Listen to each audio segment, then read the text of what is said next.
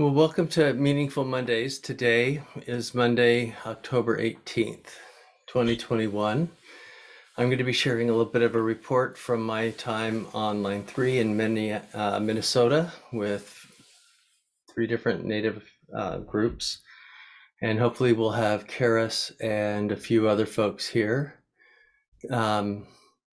ready to share their report. Albert is on his way through Tennessee today on his way back to California, and we're hoping that he'll be able to share a bit as well.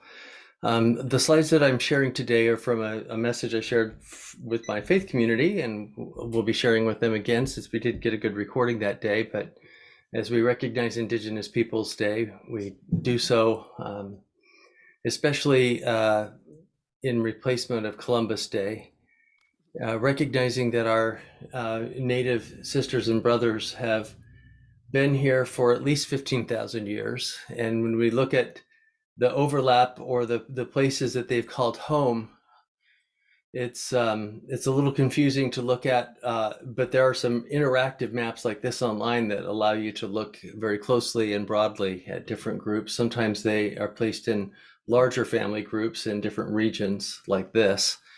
But trying to understand what's going on in the Midwest is interesting because there's a lot on the Missouri River as well as the Mississippi River headlands in further northern Minnesota up here, where you have Ojibwe and Anishinaabe peoples as well. And when we look a little closer, we can see that a lot of these lands have reservations on them. It's a little different than California, where we see very small Native nations. Most of this is because of the California indigenous genocide. After the 49ers started running out of gold to find, our state government and federal government was paying them $1 to $5 for scalps and heads of anyone who could pass as a native. So many people were wiped out. Many villages were wiped out, some by people that we celebrate with the names of towns like Fremont and others that were a part of this process. But when we went to Minnesota, we learned that the history of treaties there meant that a lot of the folks that live in the Red Lake Treaty or the White Earth Treaty or the Leech Lake reservations still have rights on the rest of their treaty lands. So the Red Lake Nation up there in the northwest corner of Minnesota have limited themselves to be able to live near Red Lake in the little green area there, but you'll notice that the rest of the region is still called the Red Lake Treaty Area. And when they signed these treaties in 1855 or 1863, it was with the knowledge that they would still be able to hunt and fish and protect their hunting and fishing rights in all of those places. And when the Canadian company Enbridge chose to try to put their Line 3 and an update of that Line 3 through the Red Lake Treaty, White Earth Treaty, Leech Lake Treaty, all the way over to through portions of Beaufort and even towards Duluth. It looks a little like this, and going through all of the different watersheds. This is the land with 10,000 lakes after all. Every time you try to put a pipeline through any of this, you're going to have to go through rivers. You're going to have to go around lakes. And you're therefore putting all of those lands at risk of blowouts like we saw, and I'll be showing you some pictures of some blowouts, but also leaks. Almost every pipeline leaks within 20 years. So every time you see one of these symbols here, like a Clearwater watershed crossing, each of these big colored arrows are different crossings of different waterways. And these put each of these waterways at risk. And if you see the license plates, they don't have Minnesota license plates. They have White Earth Reservation or White Earth Ojibwe Nation license plates. So there are treaty police inside each of these nations and treaty courts that are in charge of these areas, but each of these treaties have been broken. In fact, every single treaty the United States has signed with different First Nations have been broken, over 750 of them. And these regions are also experiencing climate change like we are. So even when we were experiencing the heights of our temperature spikes here in California, and a lot of Lytton, British Columbia was dying or being pushed out of their area with the heat dome, it was also affecting northern Minnesota. We saw a lot of drought going on there, and so some folks have been fighting the replacement of Line 3 for the last 4 years, and there's been different groups of Native resistance being public with their resistance in many, many different places, people showing up from around the world and around the country to stand with them, especially people of faith. We saw a lot of people of faith coming in order to stand with them and saying that this is against our values as people of faith. So this is an important piece for us to recognize, is that when we break our treaties with our fellow Native Americans, we're also we're breaking treaties in the name of the United States, and that's something that all of us are involved with when our political leaders do this. And if we are not stopping them, then no one is. And if we don't understand how targeted Native Americans have been, we may not understand how this is a system of a longer systematic oppression of a people, because we, as United States, only gave them the right to the freedom of religion and to practice their way of praying in 1973. They only got the right to vote in national elections in 1978. And as Chief Philip Scott reminded us yesterday, in 1992, with the American Native American Church was officially given permission to be able to exist as a religious organization. So these are people that have experienced all sorts of official discrimination on behalf of the United States. And when we look at the resistance that was going on at the Red Lake Treaty Camp, that's where a lot of the arrests were going on. And a lot of that happened before I got to be there, but hopefully we'll hear from others that are able to share a little bit about that. But faith communities have been a part of this resistance, whether they're Unitarian Universalists in Minnesota, Interfaith Power and Light, people of differing faith traditions, some that experienced Standing Rock and some that didn't. But a lot of them are pointing out that President Biden has had the right to uphold these treaties and to point out to the courts that these projects have been going on without consent. And a lot of us, when we think of Native Americans' relationship with the land, we think back to those advertisements in the 70s of how hard it was for many of them to see the kind of littering that was going on, which was a huge problem in the 70s for those of us that remember it. And it's easy to just, point out that people who litter are Neanderthals rather than related to us. But when we think of the siblings' relationship with the native land, there's been some questioning of that in books like The Ecological Indian, Myth and History by Shepard Kretsch. But there's also been a recognition that a lot of what we know as modern humans about the world does come from indigenous knowledge, and that we need to recognize that and not steal the proceeds of indigenous knowledge, making sure that they're being reimbursed for that as well, because their relationship with the earth is different than the white people's. As Chief Seattle said, how can you buy or sell the sky, the warmth of the land? The idea is strange to us. If we do not own the freshness of the air and the sparkle of the water, how can you buy them? Every part of the earth is sacred to my people. And we know that we're in such a time and place that climate chaos and the climate breakdown is happening so quickly that it feels as if we're moving more quickly than we had ever thought. And that as we're trying to do this work, even as Carl Jung pointed out, that nature is not matter only, but also spirit, that we have spiritual values that we want to be able to use to try to address this. But as we look at it in some ways it feels as if we are coming out of one crisis just to be met by another, like the economic crisis that we're experiencing, knowing that climate change is really a huge, huge threat to at least organized human life on the planet, while it is already a threat to the 150 to 200 species that die a day. Joanna Macy said, "This is a dark time filled with suffering and uncertainty. Like living cells in a larger body, it is nature that we feel the trauma of our world. It is natural that we feel the trauma of our world. So don't be afraid of the anguish you feel or the anger or fear, because these responses arise from the depth of your caring and the truth of your interconnectedness with all being."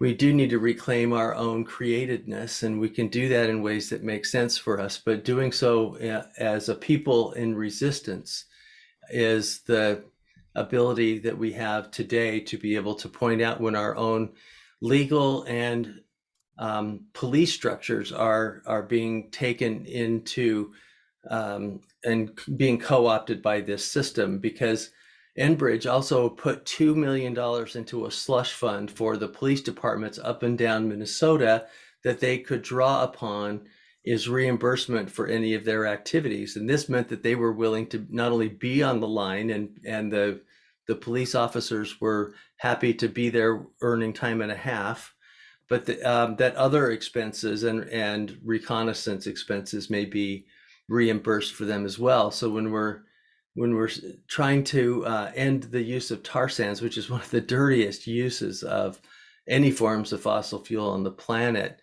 and pointing out that these treaty rights have been here for so long, when the Native Americans try to put up signs like the Department of Natural Resources, then the police department has to choose whether they're going to follow their local political leadership and support the Canadian corporations' questionable rights, or if they're going to stand with the water protectors and the native folks that are trying to protect their very way of life and their ability to hunt and fish on the land. So when they ask us to come, it's to be a supporter of them in the ways that they've given us. To use their framing, to use their hand signals, to be a part of their leadership. And we weren't able to meet Winona LaDuke as we had hoped, but we were able to see just how powerful her organizations are in Minnesota. And this might be a good time, after I read this from line 3, Albert, if you're willing to give a brief report. Let me just share this from Honor the Earth. This came out while we were there, and then maybe Albert could share a little bit. Line 3 is a crime against the environment and indigenous rights, waters and lands, and it marks the end of the tar sands era, but not the end of the resistance to it. Enbridge has raced to build this line before the federal court has passed judgment on our appeals about the line, but the people have. We believe the most expensive tar sands oil pipeline ever built in the US will be the last. I personally want to recognize the many water protectors over the years who came from Native communities, from Minnesota cities, and from around the country to put their lives on hold to bear witness to the dangerous environmental folly that is Line 3. Your brave efforts about Enbridge's Line 3 have reshaped the world's views on the climate crisis we are in, the treaty rights of the Anishinaabe, and the escalating divestment in fossil fuels around the world and here at home. You are the true heroes of this tragic saga. So these are some pictures from our arrival at Line 3. And Albert, I don't know if you wanted to share a little bit. Can you unmute yourself and share a bit about what being at Line 3 meant for you while I share these pictures? Okay. It was intense. I had to take more than a day off afterwards to just recover my sense of balance. I was there for 3 days of marches and watching people be arrested after occupying the sidewalk directly in front of the White House. Then it was my turn on last Wednesday to do the same, and And so after an hour and a half or so, I was let off by a park police officer to a processing tank where I was charged with incommoding. It was blocking something, making it inconvenient for tourists to be able to see the White House. They don't want tourists being disappointed with their trip with their class to Washington D.C. So they had to get rid of us right away. And you know, you're actually leading it's actually a direct action is really a form of war, because you are trying to really screw up the government in a way that it can't function. And this is just a token effort, but it's really a warning. It says, we let you off easy this time, but we have the manpower, as demonstrated by the people who showed up. Around 1,500 people did demonstrate. On Monday, they had it was the indigenous people's term, because they are the ones who are leading this effort. They were completely in charge of it for the whole week, and they were very effective because they're coming from the truth. They're coming from what works for the planet, works for members of their tribe, and had worked for them for tens of thousands, for well over 10,000 years, and was disrupted because when the Pilgrims came and others came, they just took over. And the Indians were shocked because they were used to meeting with other tribes in a way that everybody met with everybody else and had a powwow, passed the peace pipe, and would talk about the issues until everybody on both sides would reach agreement. And that didn't occur with these treaties. They just they signed these treaties, which seemed to be what the Indians wanted, but it was only between the leader, the envoy from the government, our government, and maybe the chief of the tribe. But it was never really, and that's the way Enbridge actually got so-called the right to put their pipe through there. They met with one tribe or one set of tribal leader and got him to okay it in Minnesota. But there are many tribal leaders, many chiefs, and it's not like in the well, we have a president, and the president negotiates with other world leaders. The indigenous folks who led this effort spent 4 months in Washington, D.C., trying to meet with people who would hear their case. And they were shocked to hear that some people of the Bureau of Indian Affairs or whatever were willing to meet, but only one of them was willing to meet with them. To them, that was a complete insult, because you meet as a group with another group, and you reach agreement by just, it's just like the Chinese meet with their new partners around the world. They meet as a group with another group of people who are going to be their partners. This happened in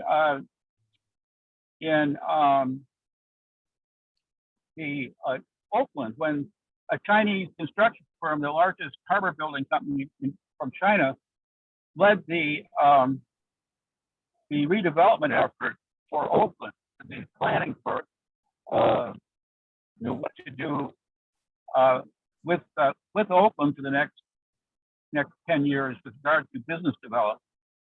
And but their folks met with our folks in meetings where there was a large group and several representatives from the Chinese group would meet with group from Oakland, and it was just kind of many questions were asked, many issues were brought up, and there were many kind of build-up meetings to this. And so and actually, it actually works because you get agreement on both sides from a lot of people, not just between two individuals. But anyway, what be that as it may, the Indians definitely are not getting what they want. They never have. Every treaty's been broken, and Enbridge just barges in and pays the fines for whatever infractions it makes because it has millions of dollars. And so, I mean, it has an unlimited budget. So it just does whatever it wants and then pays the fine. And anyway, let's talk about the culture we experienced inside the camp there, Albert. You know, one of the things that I noticed is that they created these camps in ways that were really democracy incubators.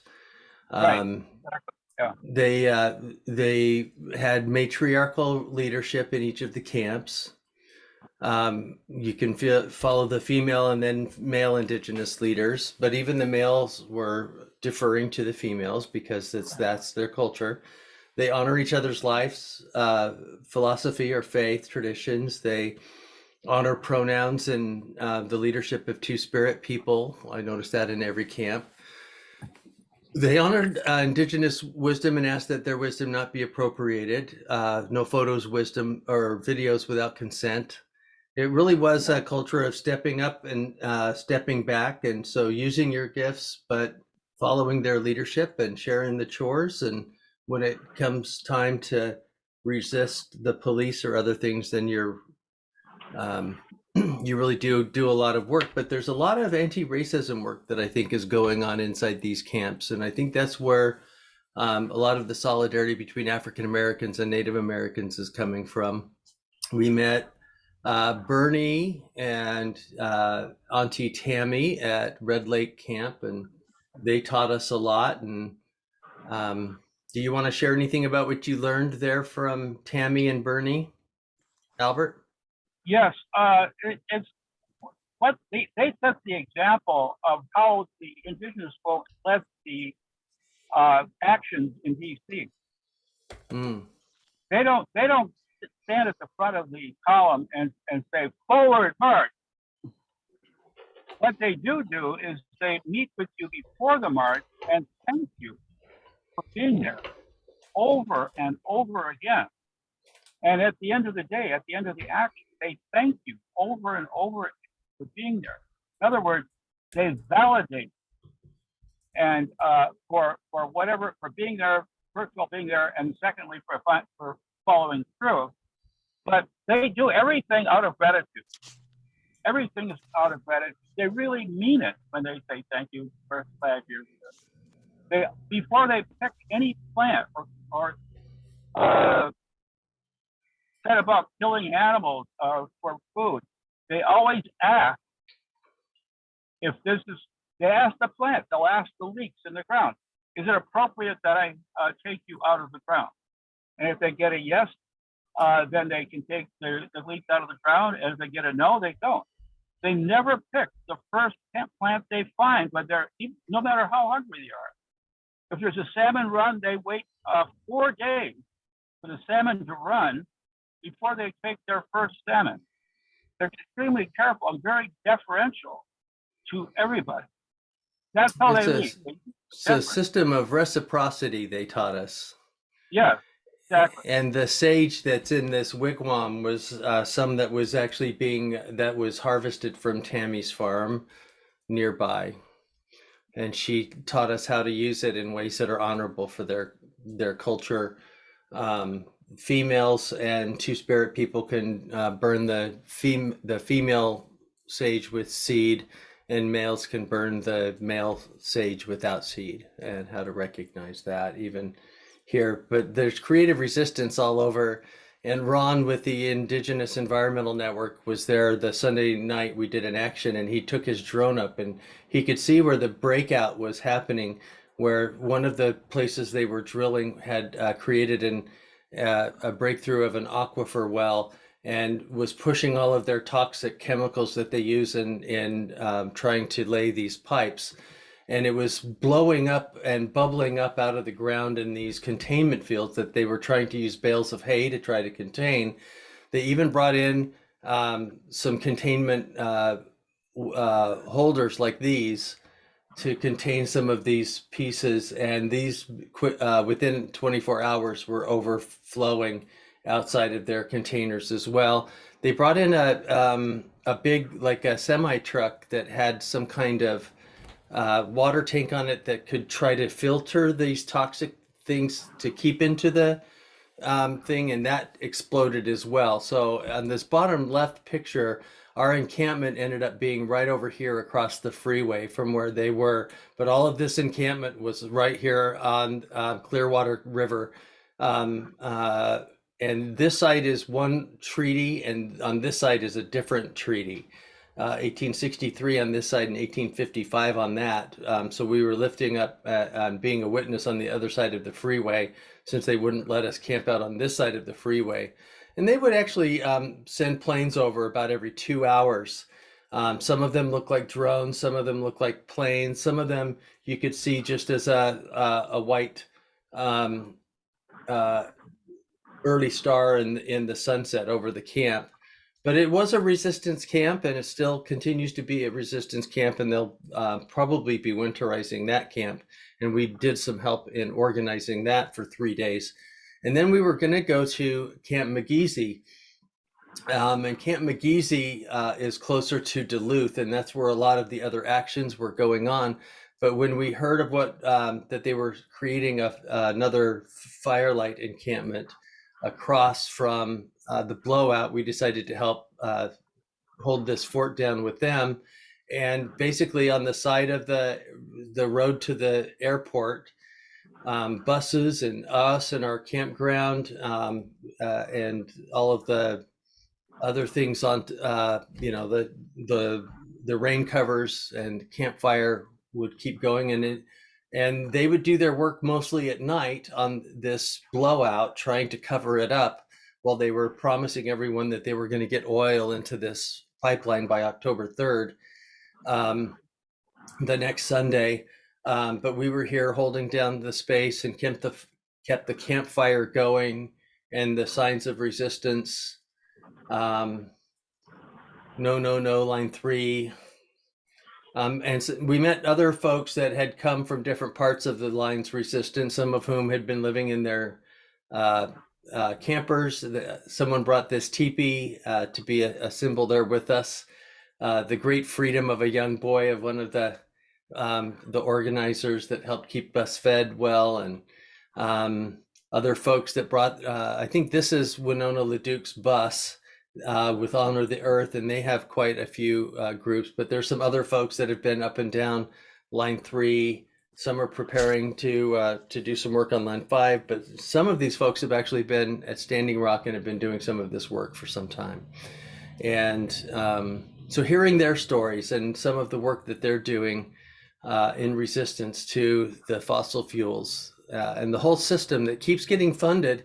We all know that the climate breakdown is occurring. We're seeing the changes in our world, and participating in actions like we did this last Sunday with our own ICANN is connected to what's going on with the desecration of all of the Great Lakes. This is our last main source for fresh water in the United States, especially for the Midwest, as this is where a lot of that water gets stored. And as we see the temperatures keep rising and these heat domes starting to continue to pack the Intermountain West area, we're seeing the worst droughts in 1,200 years, and even Siberia was seeing the worst fires. In fact, the fires in Siberia were greater than the fires everywhere else on the earth this summer. That's how bad the climate breakdown is. And we're still, our politicians and our banks are still subsidizing the fossil fuel industry to the tune of $5 trillion a year. So if we were to listen to our indigenous neighbors in Brazil, where a lot of those fires are occurring with the government's permission because of the Bolsonaro policies, we would hear them say, nature gives us everything for free, doesn't charge us any money. All nature asks us is that we protect it. And in our system, we have to. In that regard, yeah, it was please. extremely important that this action in DC be successful. And it was successful because on Monday, 140 were arrested. On Tuesday, when the faith groups did the action, there was 155 arrested, 75 of them from Green Faith. And and on Wednesday, 90 were arrested.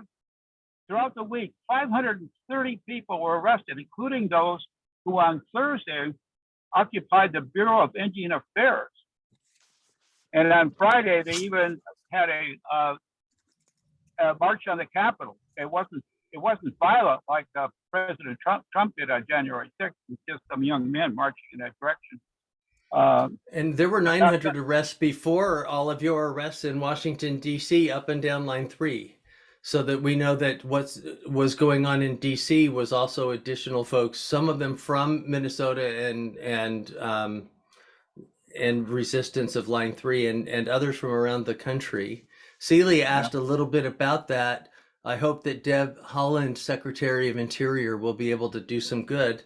There was a really important interview on Democracy Now! that pointed out that Native leaders love Deb Haaland, but they were also recognizing that Biden's administration was keeping her from doing all that she could do as the Secretary of the Interior to keep these treaties.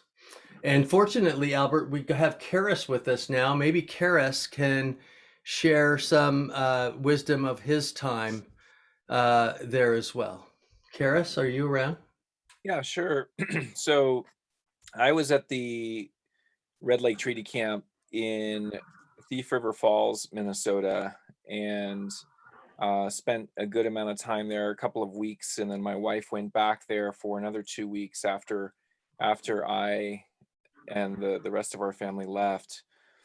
That is on treaty land as well, and that was being blatantly disregarded by Enbridge as they were constructing the pipeline right under the Red Lake River, and they were doing drilling and lots of construction right next to the camp itself as they were in ceremony throughout the entire time we were there. And they had been there, as I said in a previous meeting, they have been there for the last 8 months or so. And I know that Will and Albert also visited Red Lake, as they probably mentioned.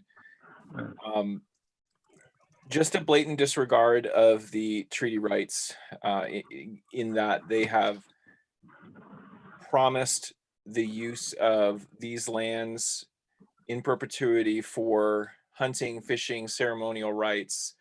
And given the pollution that is happening in those areas, as Will mentioned and showed, I witnessed in just the 2 weeks I was there, I witnessed a great deal of disturbance in the river.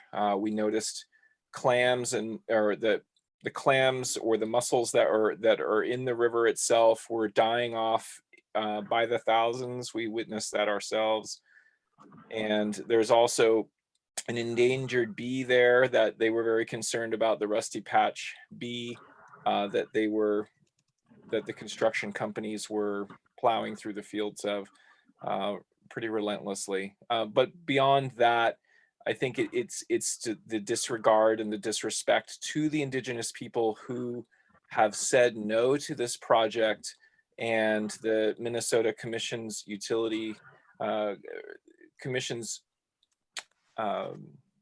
committee has disregarded and said, you go ahead, Enbridge, and do this pipeline. And as has probably already been said, this is a Canadian company, and this oil is going to China. It is going straight to Lake Superior through these pipelines, and that is a concern, as Will mentioned. That is one of our last resources of fresh water on a massive scale for the United States and the North American continent, and that is under threat, as are the waterways that those 4 rivers that are in that area that were being drilled under as we were there and are still under threat now. So That's Keris, what can you we say more about the police presence and what they were Sure. like? So Because I've never been flipped off by so many good Christians in my life as yeah, I so was there just there staying were in a these lot of camps. police there, and they, from what we heard from the indigenous leadership there, was that Enbridge had paid many of the sheriff's departments across the state extra funds so that the police officers and sheriffs could be paid at time and a half when they were protecting the pipeline construction. So whenever, and what I saw personally was whenever the construction workers needed to go onto the Red Lake site or side of the fence, Red Lake Treaty Camp side of the fence, to do some work, they would have at least 6 police officers with them generally. And the police officers were, often helping them with their duties, whether it be lifting up the fence or measuring things. They were actually helping the construction workers with their duties and joking with them, talking with them, and then pretty hostile with us as we would question them. That was disturbing to watch. And as after we left, we were watching on Instagram Live what was happening as things were escalating at Red Lake Treaty Camp itself, and that's the only one I can speak to really. But we saw numerous videos of young people being pepper sprayed, being shot with rubber bullets, being thrown down to the ground. We witnessed a number of people being injured as they were arrested. My own wife was arrested twice, and she was bruised on her arm pretty badly by the way that they were holding her, which wasn't needed at all, to say the least. So it was a bit of a triage unit there when my wife went back. Because of the police presence, they were treating people for different types of injuries to their eyes, whether it be pepper spray or shots to their body with rubber bullets. It wasn't a great scene. So, and then, when they were put into jail, they were further disregarded, not communicated with. My wife, for example, when she was in jail the second time, was not told what her charges were until 15 minutes before she was to speak with the judge. And that was after a couple of days of being in there. So just lots of different tactics. There was another woman, a BIPOC woman, Indigenous and Black woman, who was following my wife into the jail. My wife refused to be strip searched, and they allowed that. But then when the woman behind her, who said that she had sexual trauma in her past, did not want to be strip searched, they said, well, yes, we're going to strip search you. And ironically, her paperwork was the only paperwork out of the 30 people, 23 or so people that were arrested, that was lost by the police as it was distributed to the judge. So she's the only one that has a trial in October because of that. Everyone else still has hearings later in November. So we're just a lot of racism present in the jail itself. The BIPOC people were subjected to cells with 24-hour cameras, whereas the white detainees were not. So there was just, it was a disturbing presence all along. Well, that's about all I can say on that. Anyway, these 530 people being arrested got lots of press. Washington Post, Democracy Now!, The Guardian, and many others. A reporter asked President Biden about the protest. So you know that Biden now is aware of this, because the lady with the red hair who speaks for Biden is very good at about these issues. And also the Build Back Fossil Free, the people who sponsored People Against Fossil Fuels and the action, got to meet with Gina McCarthy, the former Environmental Protection Agency head under Obama, on Saturday. And so it is definitely getting respect that getting respect. It's indigenous led, and so it's definitely getting what the indigenous folks have never had before, really. You know, which is recognition and validation of their efforts. And I think the Biden administration really wants this action to be viewed as successful. I mean, there was just a slap on the wrist for everybody in front of the White House, and because Biden has to be viewed as the leader of the world in this climate crisis. And if he doesn't do something to show it, it's just saying, well, what we did in Paris in 2015, that was just lip service. You guys have only done half of what you said you were doing, and what you said you were doing is only half of what we really needed to do to even have a 50% chance of solving this climate crisis by 2030 or 35. And so, and what we really believe is that, or what I believe, I'm certain anyway, I can't speak for everybody else, is that if Biden doesn't at least, what they're asking for is to cancel Line 3, because it pumps 1 million barrels of oil through a 40-inch pipe every single day. And it's the equivalent of the amount of fuel that for 10 electric generating stations, more power than more expenditure of fossil fuels than all of the state of Minnesota needs for all of its power needs. And so it has a very significant effect on global warming. And if he doesn't at least grant or request through the Army Corps of Engineers a environmental impact statement, a respectable environmental impact statement done by an independent authority, which would be the engineers, and we did a sit-in there actually at the Army Corps of Engineers during. We even ran up. We had 2 people chinning up a flagpole to take down the flag. When you're going up against your opponent, you take his flag. So that's what they did. But anyway, but if he doesn't at least request that the Army Corps of Engineers do an environmental impact statement, it's just a sign to all the world leaders during the first 2 weeks of November when they meet in Glasgow to decide what they're going to do in addition to the agreement in Paris.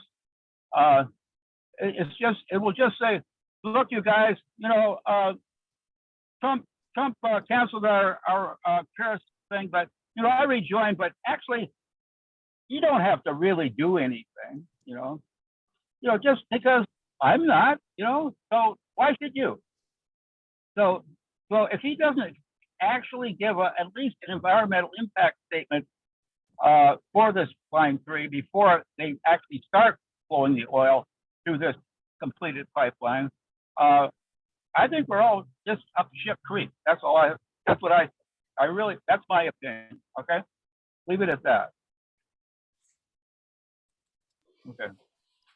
Yeah, it doesn't make sense to me why we would do this for a Canadian corporation, but it also doesn't make sense to me why the state of California is paying Phillips 66 to convert itself to be a biogas refinery, and pay folks more than $3 a gallon to turn our own local refinery into a biogas refinery. We need to make this transition to clean energy much quicker than continuing to transition refineries. And we need to have a real plan for transition for the cleanup of all of these refineries and all of the pipelines that they keep laying.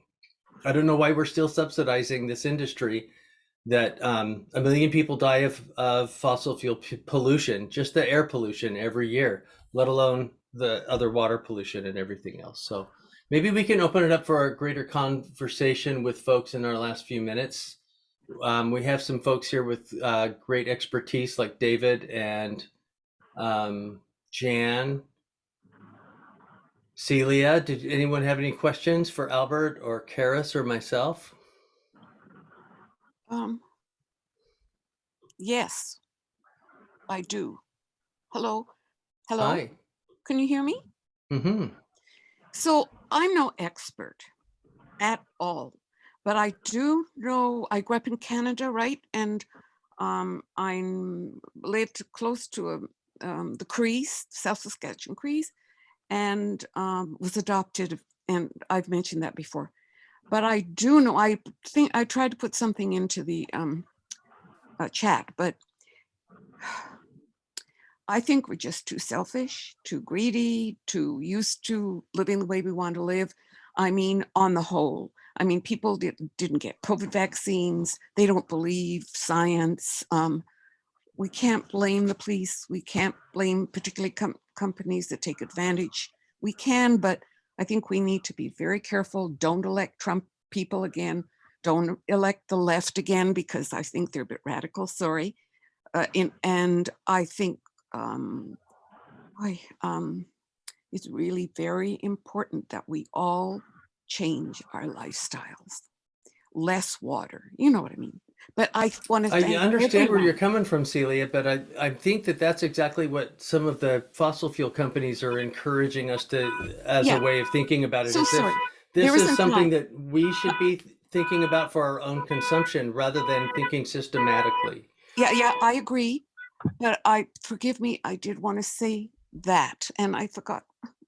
Okay, well, let me just point out that this is one of the talking points of the fossil fuel industry that blames us for our individual actions Oh, rather no, than it's true. understanding that It's their totally true. ability to keep the markets dependent on their product. It's totally true. I'm not arguing that, and I don't want to take your time. I'm just trying to say that we can't, okay, we can blame them. Of course we can. But we have to do our role. And I want to thank everyone that took part in this today. I just thought it was going to be a little discussion.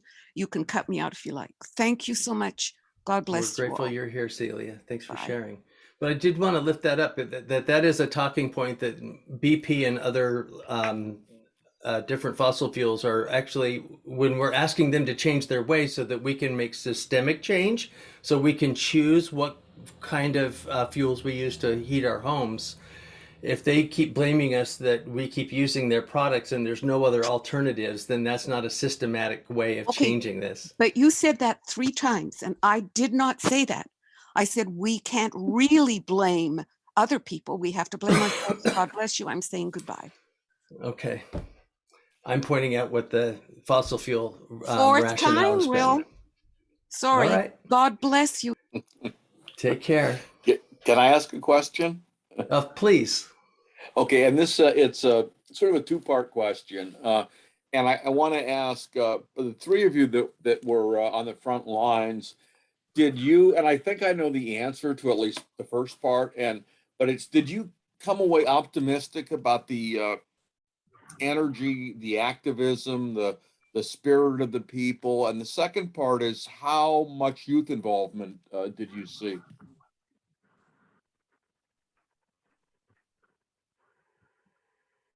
I'll go ahead. I was mixed and torn. I think that seeing the people that were there, both Indigenous and allies, was incredibly inspiring to me.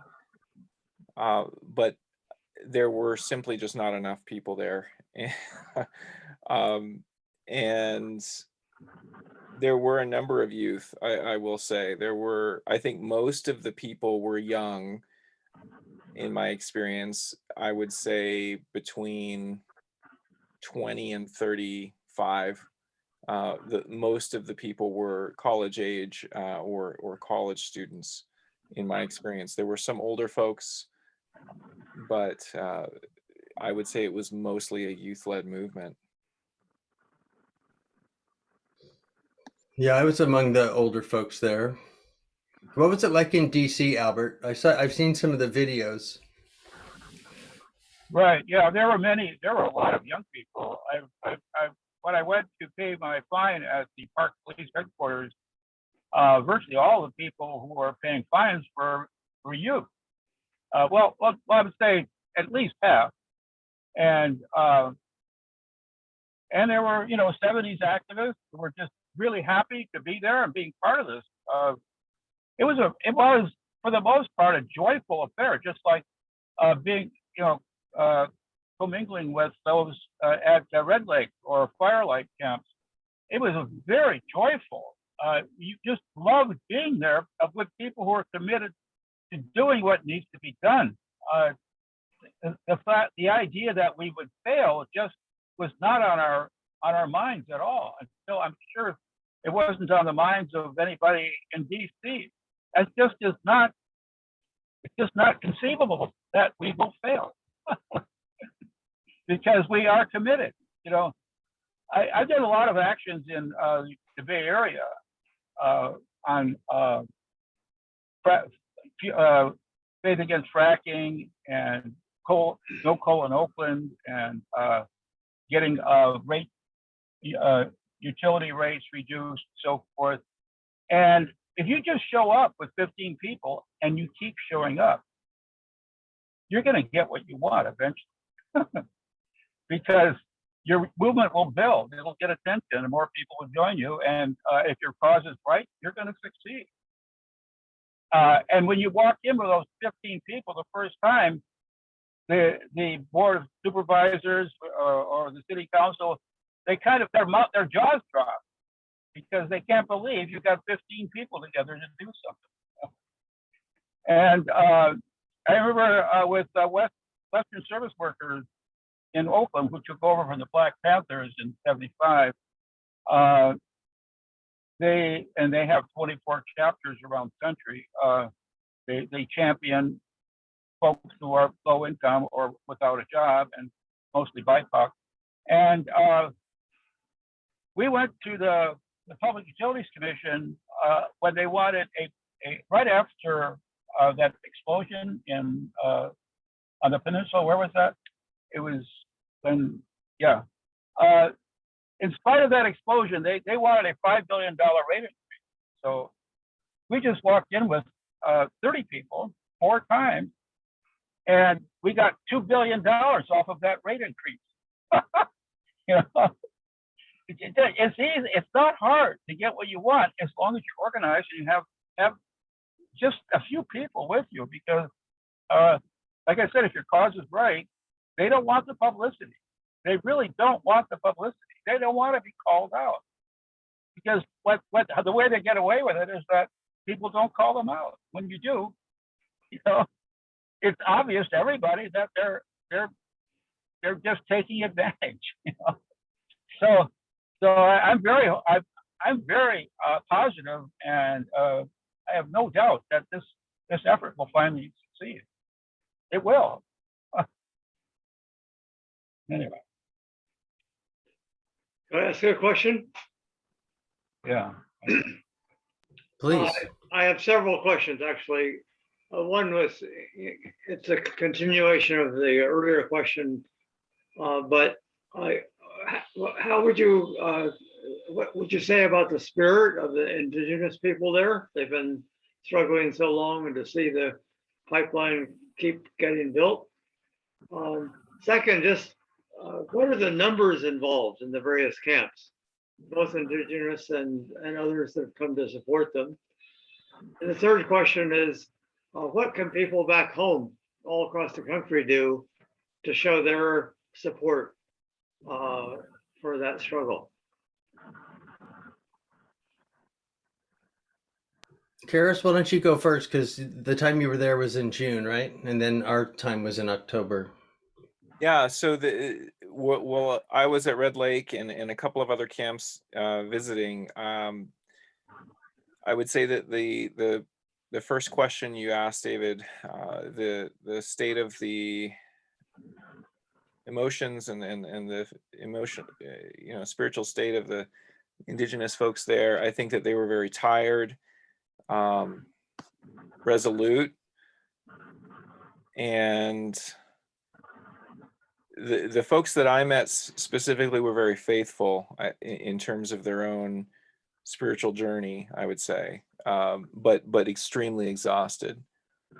In terms of the numbers, well, at Red Lake, we had anywhere, depending on what was happening, if there was an action, word would get out on the Signal app, and there could be 40 or 50 people there at the camp. I think at the height of the camp, that while I was there, it was about 40 or 50 people. Normally it was probably 15 to 20. And then it was even lower, I think, when Will and Albert got there, because most of the construction had already finalized there. And in terms of what folks can do, from home, I think obviously pressuring the Biden administration as much as you can, your own representatives, funding, something our family has been trying to do is fund via Venmo or the Indigenous Environmental Network, funding them and their various campaigns that they are promoting. You can easily do that online. Yeah, encouraging people to go out there physically. I think one thing that I kept hearing was for white people to go out there and get arrested, especially in DC, and show their support that way, and pressure Biden in that way. That's what I heard. By the time Albert and I got to Red Lake Treaty Camp, there was less than 10 people there, and there had been a big horse ride through different parts of the Native nations, and there was a lot of folks that had participated in that with Winona LaDuke and others that were, it's like the 12th or 13th annual horse ride that they have that reminds everyone of their presence in the area. And there was a lot of energy after that big event that had kind of declined, but they were pretty much trying to winterize and organize what was left over from Red Lake Treaty Camp. And so we did a lot of organizing and cooking and listening and learning Native ways and hearing the stories of what had happened there in the summer and the blowout that had happened at Red Lake Treaty Camp, as well as the one that was over by Bagley that we ended up camping at the campfire encampment. Albert, did you want to share anything? Yeah, well, Tammy, who spent the better part of 2 days talking with us, just informing us and being our friend, she was in DC, and she was in the center of every conversation amongst the Indigenous leaders because, well, she's Indigenous. So, even though she has blonde hair and fair skin, she is Indigenous. So that was very encouraging. I'm just blown away by how much the Indigenous folks just want to be a relative of yours, to be, and they call you relative. They call everybody when they're addressing a group, they'll say, "We're so glad so many relatives are here with us," because they want you to be family. They know that family, I guess, will stick together and support each other. And so, yeah, they keep their spirits up with each other very well, David. They've learned how to take a step forward and be very active for a season and take a step back when they need to.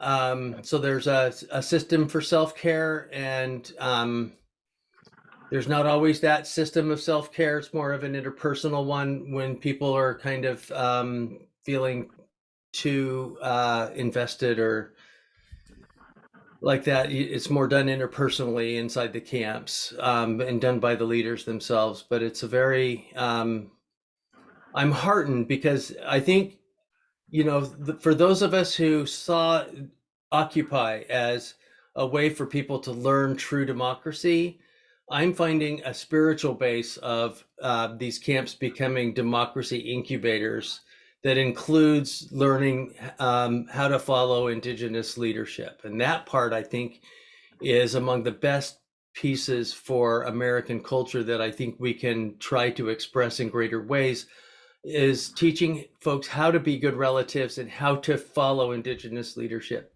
in the present. Did you have another question for us, David? No, just thanks to the three of you for going and for your very helpful presentation. Unfortunately, I've got to go for another appointment, but Yeah, and our time's fading as well. So thanks so much for everyone being here and being a Thank part you of so our much. conversation. I wish we had more time for questions and answers, but we had plenty to present today. So thank you and have a great day. Albert, thanks for checking in on the road. Safe travels to you, brother. Okay, yeah. Yeah. Hope to Thank see you you. back here safe and sound soon, okay? Thank Great, you, Albert. great presentation. Right. Yeah, thanks, Keris, for being here. Yeah. Take care, everyone. See you next Bye. week. It'll be an open conversation then.